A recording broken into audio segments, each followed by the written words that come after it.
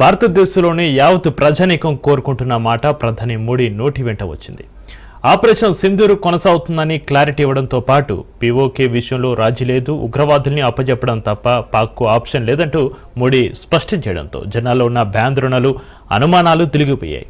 దీంతో అమెరికా అధ్యక్షుడు ట్రంప్ ఒత్తిడితో ధ్యాది దేశం పాకిస్తాన్తో సమరాన్ని ఆపేసి సరిహద్దుకు సిద్ధపడ్డారని నరేంద్ర మోడీపై నిన్న రాత్రి నుంచి సోషల్ మీడియాలో జరిగే ప్రచారానికి తెరపడింది. దట్ ఈజ్ మోడీ అంటూ మళ్లీ ప్రధానిపై ప్రశంసల వర్షం కురుస్తోంది.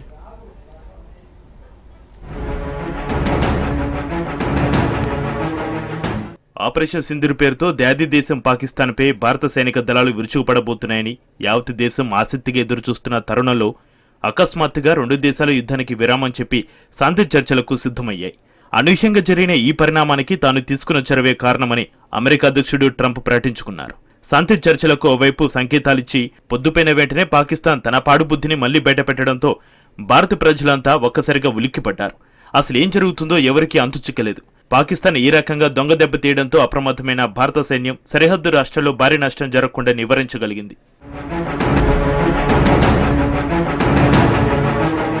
పాకిస్తాన్ జిత్తులమారి వైఖరిని ఎలా తప్పికొట్టాలని ఆలోచిస్తున్న తరుణంలో అమెరికా అధ్యక్షుడు ట్రంప్ కాశ్మీర్ సమస్యను పరిష్కరించడానికి భారత్ పాక్ దేశాధిపతులతో తాను చర్చిస్తానని చెప్పడం మోదీ సర్కార్కు పుండు మీద కారం చల్లినట్లయింది.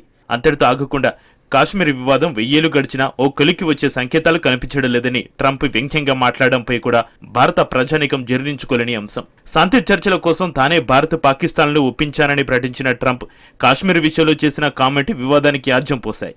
అమెరికా వైఖరి చూస్తుంటే పరోక్షంగా పాకిస్తాన్కి సపోర్ట్ చేస్తుందేమోనన్న అనుమానం భారతీయులకు కలగడంలో ఆశ్చర్యం లేదు. ఆపరేషన్ సింధూర్ పేరుతో భారత సైన్యం ఆపరేషన్ మొదలుపెట్టిన వెంటనే మోడీ ప్రభుత్వం ఈసారి పాకిస్తాన్ పీచమనిచి పీఓకేని స్వాధీనం చేసుకోవడం ఖాయమని దేశ ప్రజలంతా నమ్మకం పెంచుకున్నారు.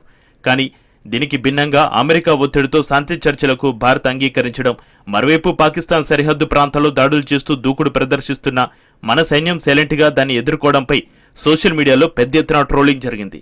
ఇప్పుడు కాకపోతే ఇంకెప్పుడు పాకిస్తాన్ని కట్టడి చేయలేం, పీఓకేని స్వాధీనం చేసుకోవడం తప్ప రెండో ఆలోచన వద్దు మోదీజీ అంటూ నెటిజన్లు సోషల్ మీడియాలో హోరెత్తిచ్చారు. దీంతో మోడీ సర్కార్ ఈ అంశాన్ని సీరియస్గా తీసుకుంది. దీన్ని ఆసరాగా తీసుకుని కాంగ్రెస్ వెంటనే తాజా పరిణామాలపై అఖిలపక్ష సమావేశం లేదా పార్లమెంటు సమావేశాలు నిర్వహించి ప్రధాని వివరణ ఇవ్వాలని డిమాండ్ చేయడం కొసమెరుపు. భారతదేశ పౌరులు సెంటిమెంట్ను గ్రహించిన ప్రధాని నరేంద్ర మోడీ పరిస్థితి చేయిదాటిపోతుందని గ్రహించి అలర్ట్ అయ్యారు. వెంటనే త్రివిధ దళాధిపతులతో సమావేశం నిర్వహించి ఆపరేషన్ సింధూర్ ఆగిపోలేదని క్లారిటీ ఇచ్చేశారు.